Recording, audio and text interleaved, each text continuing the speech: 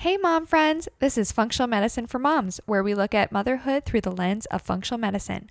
I'm your host, Kelly Moline, a pharmacist with advanced training in functional medicine. From pregnancy and postpartum to everyday parent life, we talk root causes, natural solutions, and real stories from our own family's journey, plus conversations with experts along the way. All right, go for it. Okay, welcome to another episode, Functional Medicine for Moms. Welcome back, and I have Landon with me again today. Hello, y'all. My husband. That is me. And we're going to talk more about gut health today. Woot woot. And so last episode, we talked about what gut health is, the basics behind it, different symptoms like being exhausted, having anxiety, being overstimulated, depression, feeling bloated, all of those things. Constipation. Yes, obviously digestion issues too, constipation, all of those things too. But inflammation, there's reflux, all of those things can come from the gut. So today we're talking about root causes and what can cause the gut to have this imbalance, whether that be digestion, the microbiome, so the good bacteria versus bad bacteria, or the gut lining, so causing leaky gut, causing things to leak from the gut to the bloodstream that shouldn't be there, causing more inflammation. So there are a lot of different causes, and motherhood, I think, it's a big time where you can have a lot of gut havoc. Makes sense. So why is motherhood specifically a time where you can have a lot of gut havoc? Well, it's a very stressful time, parenthood in general. What? No. Yeah, I know. So you're going a time off through a lot of change is stressful? Yes. It's the best kind of stress. I think motherhood, parenthood in general is life-changing and in the best possible way, but your body does respond to it, and the lack of sleep, the inconsistent meals, the stress in general, whether that be big life changes, whether that be relationship shifts, job shifts, all of that can be stressful, and that can show up in different ways. We can not be digesting properly from just being on the move all the time, not sitting down, slowly chewing. All of that is going to affect digestion when we're in a rush, because when we should be eating, your body should be relaxed. And we have what's called the sympathetic and the parasympathetic nervous system. So the sympathetic nervous system is the fight or flight, and the parasympathetic nervous system is the rest and digest. So your body needs to be under rest and digest and be calm when eating and chew slowly, because that's when your body's going to create digestive enzymes to help break down and absorb your food.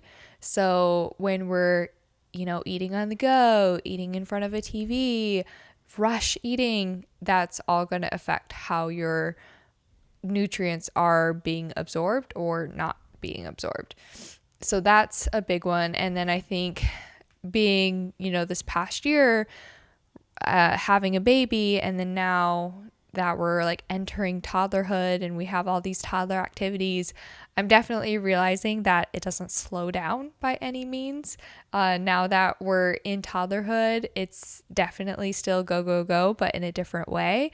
And so we need to figure out time on how to do that for ourselves so that we can still show up for our children, but then also having our children sit down and eat, because they're going to grow up in a certain way on how we're doing stuff. And, the mom is the center of the household in a lot of ways. And so they're just going to be modeling you. So the more we're able to show how to do that, that's going to just improve the health of your children too. So that's digestion. I had no idea actually though.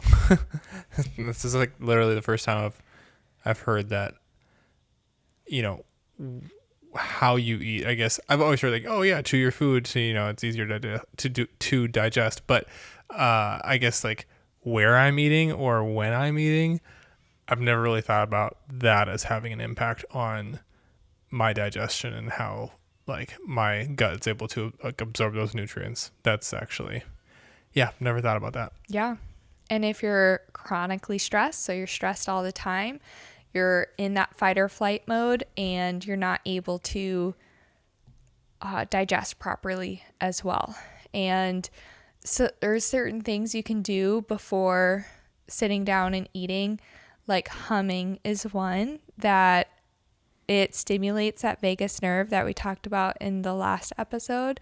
And humming, it's so your vagus nerve goes from your gut to your brain. So that like vibration stimulates it and activates it and puts you in a rest and digest mode. I just got a visual of us like your like family coming to town and us like before we eat around the kitchen table being like, now let's hum. We pray and we hum. Freaking them out. Yeah. But no, like parents have like their children hum like a song before eating to put them into rest and digest mode. That's crazy. Wow. Mm-hmm. Especially when they're like running around and you're like, okay, let's settle down. You can hum a little bit. So that's one of them. But yeah. And when we have chronic stress as well, so your cortisol goes up, that stress hormone, and cortisol is there for like quick energy. And there's different ways it creates this quick energy. It wants to raise your blood sugar. It also takes amino acids from your gut lining. So last time we talked about gut lining and the importance of that and keeping it strong so we don't get leaky gut. But if you're chronically stressed, if we have different types of stress, it doesn't matter if it's emotional stress, physical stress, it's still stress on the body, and then it'll use its resources. And part of that is taking sources from the gut lining to create that cortisol. And so that can really cause leaky gut. It creates those holes in the gut lining. Oh, so they're very connected. Yep. Exactly. And then different medications can cause imbalances in the gut and bad gut health, whether that be antibiotics. We talked about the microbiome and the good bacteria versus bad bacteria. So if you've had antibiotics in your life for a sickness, an infection, something that a bad bacteria was in your body for, the antibiotics kill the bad bacteria, but they also kill the good bacteria at the same time. So they're good at killing bacteria, but then you're left with nothing. And then when we talked last week, we talked about how the good bacteria can help protect the body, and that's your immune system. And so when the good bacteria get wiped out, that leaves the bad bacteria can come in and grow, and then we have infections in the gut. Gotcha. Yeah, I guess I never really thought about, antibiotics being like antibiotics, and we take probiotics to create good bacteria in health. So it's kind of weird though, the thought of like antibiotics that are, helping you get healthy, kind of wiping out your immune system at the same time, or like wiping out all the good bacteria, so it like kind of does a little bit of harm at the same time. Well, yeah. And I think antibiotics have a time and a place, but our goal is not to overuse antibiotics and to use them only when deemed necessary. So there are whole pharmacist positions in hospitals that are there to make sure that antibiotic use is used appropriately and we're not overusing them, because bacteria can become resistant to antibiotic use, and we don't want that, because then we could have infections that we aren't able to kill with antibiotics. And then that can be definitely life-threatening. So, but I like that you mentioned probiotics, because in the typical conventional medical world, when a doctor prescribes an antibiotic, they're not saying, and then make sure to take a probiotic 2 hours afterwards to replace the good bacteria in your gut. And this is the good probiotic that I want you to take that is good quality. No, that doesn't happen. But in my profession, in my pharmacy, I come from a pharmacy that is really good at educating with that. So when patients come to our pharmacy, we are saying, hey, I see that you're taking an antibiotic to kill this infection. We also recommend this probiotic, and we recommend spacing it out because the antibiotic is going to wipe everything out, including what's in the probiotic. So if you're able to take it a couple hours afterwards, that can help replace the good bacteria there. And then I do recommend typically taking a probiotic, whether that you're buying a month's supply, so just finishing out the month at least, but continuing taking it afterwards, because your gut health is in a really vulnerable state after that antibiotic dose. Gotcha. So you recommend, if you're taking any antibiotics, to just take a probiotic after? I would. That's how I would do it. I've definitely been prescribed antibiotics before and never taken a probiotic, or never been told to take a probiotic. So yeah, it's good to know. Yeah, and especially like in our pharmacy, we'll especially tell people if we see multiple antibiotics being used, or you've had, a kiddo's had multiple ear infections, and so we know that they're having a really hard time with gut health after that, or you won't see it right away, but you'll see it in a few years when it really starts to impact their health. Maybe they're having more allergy symptoms, maybe they're having more behavioral symptoms. All of that can come from the gut. So we want to make sure that we're able to protect it the best we can right away. Mm-hmm. Yeah, I think because everyone's different and everyone has different gut linings and things like that, some people you might be able to see these symptoms right away, and some they can wear and tear on the body over time, and then you'll see them down the road. So yeah, and it really starts in pregnancy. And what starts in pregnancy? The gut health of the baby. Okay. Their gut health will start in the mom's pregnancy and then in labor and delivery. So if they have a vaginal birth, they'll get the gut health of the mom through that birth canal. And if they have a C-section, that's something that they miss entirely. So having some sort of infant probiotic on board, if you do have a C-section especially. Our baby was in the NICU, and unfortunately I was taking a lot of great probiotics during my pregnancy, and then it got wiped out because she had to be on antibiotics in the NICU. But when we came home, we started her on probiotics as well, along with breastfeeding. So that's something that I wanted to make sure that we implemented for her, lifelong gut health journey. Mm-hmm. It'll pay off dividends down the road. Yeah. Hey, really quick before we jump back in, I just want to share this in case it's meant for someone listening right now. If you're a mom who feels like you're just surviving the day, relying on caffeine just to function, or if you've been feeling off in your body, even months or a year postpartum, you are not alone. I also work with women who are trying to prepare their body for their first pregnancy or their next pregnancy and want to do it a natural, proactive way. Through my functional medicine practice, I offer a health analysis appointment where we really take the time to look at your symptoms, your health history, your lifestyle, and decide which labs would actually be helpful for you. That might include things like cortisol and hormone testing, gut health, metabolic health, and more. And all of these labs get shipped directly to your home, so it's very convenient. Once results come in, we walk through them together so you can fully understand what's going on in your body, and we build a personalized supplement and health plan with optional coaching support as well. The goal isn't quick fixes, it's optimizing your health naturally and giving your body what it needs to heal the way it was designed to. If this sounds like something you've been needing, you can find a link in the show notes to learn more or schedule a call. All right, let's jump back in.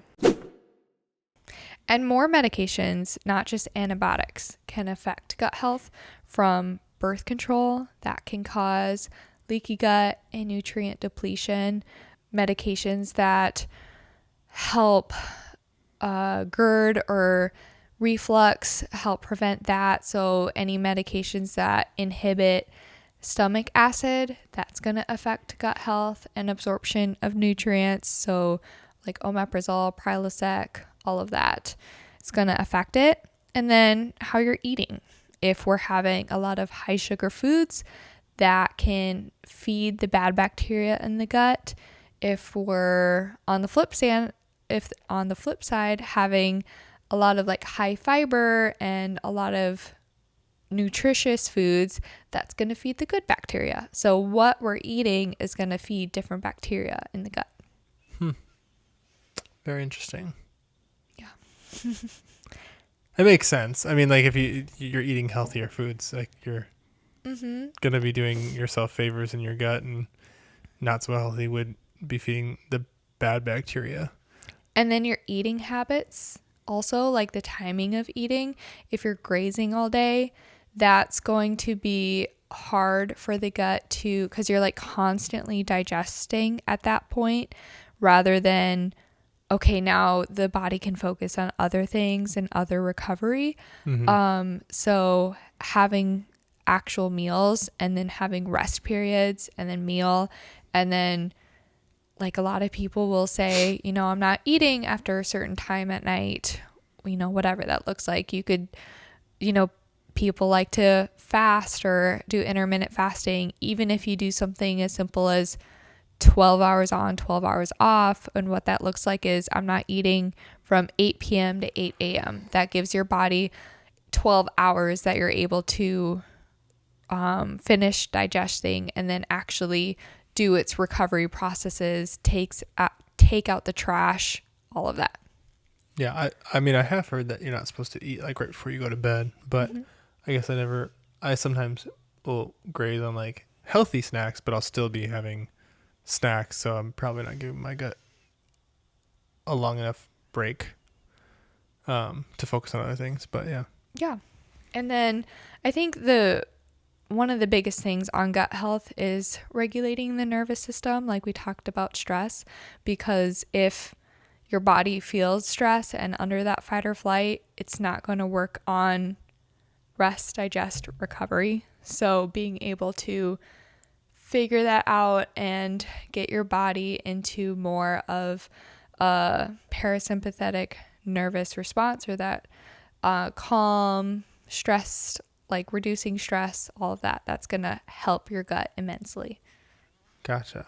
And another thought I had, and this might be random, but do you have an example of like what bad bacteria is? I guess we talk about good bacteria, bad bacteria, but like what is bad bacteria? Like what? So like one common one is H. pylori. Okay. That you may have heard of. That one actually resides in the stomach rather than the intestine. And that one affects the body in different ways. It actually looks like a corkscrew, and it can kind of corkscrew through the stomach and eventually cause ulcers or stomach bleeding or like holes in the stomach, which can be really bad. Oh, man, sorry I asked. Okay. That's all I need to know. And so that a lot of times we're getting like reflux and other things, but the H. pylori is going to actually alter the pH of the stomach acid, making it less acidic, because the H. pylori doesn't like a very acidic environment. And so a lot of the time, doctors are prescribing these medications to reduce stomach acid, but the whole problem wasn't too much stomach acid, it was too little stomach acid.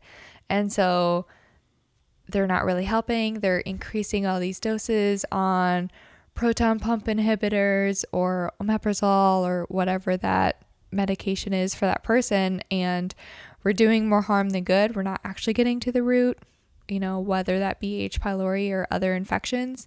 And then when you have low stomach acid like that, that makes you prone to more infections like parasites and stuff like that too.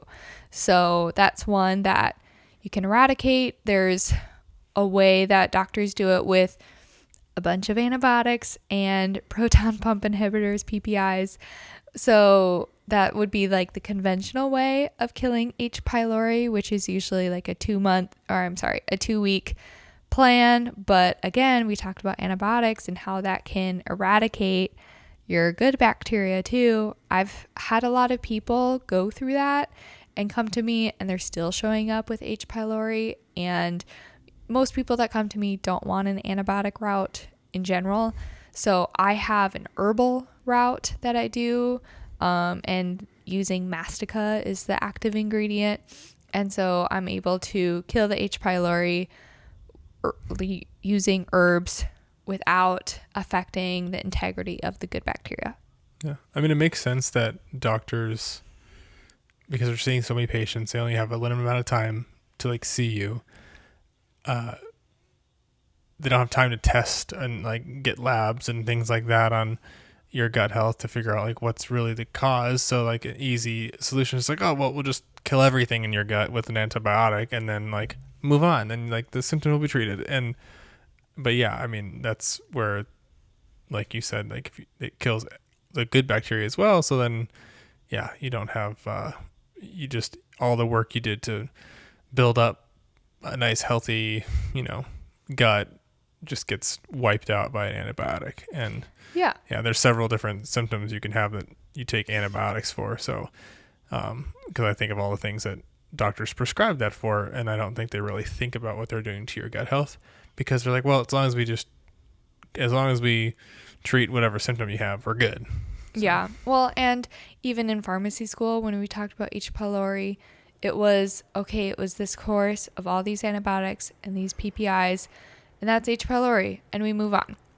And they talk about the test, and most doctors will do a breath test, which isn't as sensitive as a GI map PCR test, which is actually looking for the DNA fragments in the stool. So it will catch a lot more of the H. pylori in the GI map, which is the one I like to run, versus the breath test. So I've had a lot of people like come back and they're like, no, my doctor did the breath test. So I'm like, well, let's just do this one to see what else you have. And sure enough, we have H. pylori. Okay. I think that's enough about H. pylori though, because we could do a whole episode on that, obviously. But yeah, so that's an example. Gotcha. Okay. So I'll just kind of go over some simple things that you can do at home or things that you can focus on to improve your gut health. And then obviously you can reach out to get further testing, whether that be me or whether that be a local doc or functional medicine practitioner. I think that is really helpful. But number one, eating balanced meals. So we're thinking protein and healthy fats and some complex carbohydrates that can be really helpful so that we're not having blood sugar spikes that is going to feed the bad bacteria and cause more stress. So something like eggs and sourdough in the morning, that can be really helpful. Adding some butter and avocado, that would be like a good balanced breakfast with some protein, healthy fats, complex carbohydrate, instead of just some toast or some cereal. That would be better.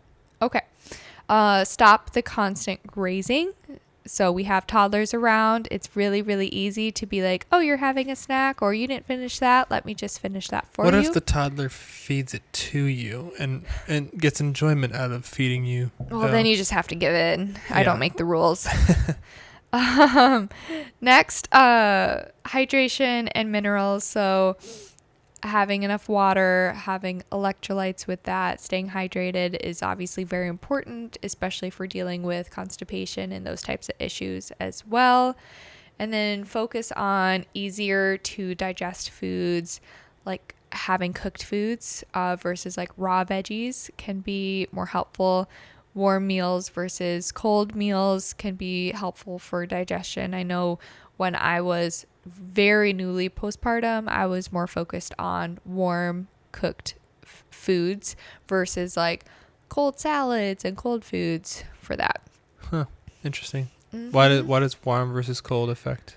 It, I think, just really helps, like, you're able to digest it easier. Oh. And it's more calming for the body. Gotcha. So like when you switched from salads every day to cooked squash at lunch. Yeah. Zucchini and all of that. It's just easier on it because it's warm versus like having to process like cold foods that are, yeah. Okay. Yeah. And it's already like. So in a more digestible state. Yes, that's what I'm trying to say. Versus it doesn't have to like heat it up in your stomach and like break it down. All of that. Yes, exactly. And then regulate your nervous system. So when we're slowing down when eating, you could try some humming, sitting down when eating, taking some deep breaths. Don't try to multitask when eating, all of that. So yeah, so those are some simple ways that I think we can implement that we can do as parents, that our children are going to watch us do, and that's going to affect them as they grow up as well. Yeah. I think that's kind of those are good actual solutions. My big things for this episode on root causes for gut health and what we can try to do about it. Obviously, if there's more going on, I don't think I've gotten any gut health tests that look beautiful. Like there's always something I'm like, oh, we need to work on this, whether that be digestion or leaky gut or. Well, yeah, I mean, I think it's great. I mean, everything runs through your gut, like what you're putting in your body, and so it's just kind of. But yet, I don't know. Until I was today years old, I didn't really know that gut health was that important, and it had such an impact on other things. Yet, like it makes sense because everything kind of runs through your gut. So. It's not talked about enough, and so I think that people need to be more mindful of it and address those issues. And last week's episode, I started it by saying how I wanted to talk about gut health because I was starting my sourdough journey. So next week I want to talk about, like, let's get into the sourdough specifics, and we can talk about like what is beneficial. Is it really good for your gut health, or is it all just a facade? Yes, I want to know this because sourdough is a big trend right now. Yeah. Now people are even like making different designs and shapes with their sourdough. So yeah, I do enjoy the taste of it, but I want to know like why it's good for your gut, or if it's good for your gut, so. Yep. So tune in. I'm excited. But before we end, Landon, gotta wrap it up with a dad joke. Dad joke time. Okay. You really have to think for this one, okay? Okay. What building in our town has the most stories? In our town? Mm-hmm. Like the one we live in? Yeah. The recycled bookstore. We live in Denton. So darn. You just, you kind of got what it was. Yeah. Maybe I didn't tell it one secretive enough. It's kind of. Did I get a dad joke right? I was going to say the public library. Yeah, you actually got that. Wow. That must not have been clever enough. I was thinking people were going to think like stories, like how many stories high a building was. Okay. And yeah. This is the first time I've ever gotten one of your jokes. This is embarrassing. But you're going more for library. I was going for our specific But I mean, city. Our library is not that big, so you could be right. I don't know. Hey, we go to the libraries often now for toddler time, and it's a hit. Yeah, well, I guess for dad jokes, you win some, you lose some. Yeah. Well, anyway, now I'm happy. So thanks for listening. Bye. Thanks so much for listening to my podcast, Functional Medicine for Moms. If you enjoyed today's episode, make sure to subscribe so you never miss one, leave a quick 5-star review, and share it with your mom friends who love it too. I'm Kelly with a background as a pharmacist and training in functional medicine. I help women move past fatigue, brain fog, gut issues, and hormone struggles so they can thrive in everyday life or prepare for a healthy pregnancy. Through lab testing, personalized supplements, and functional medicine coaching, I help you feel better, faster, naturally. Want to connect more? Head over to MolineMethod.com or come hang out with me on Instagram and YouTube at Functional Medicine for Moms. On my site, you can order professional grade supplements at my discount or book a free discovery call if you'd like to see how we can work together on your health. This podcast is for educational purposes only and not medical advice. Always talk to your provider before making changes to your health plan. And remember, healthy moms raise healthy families. Catch you next time. New episodes released every Wednesday.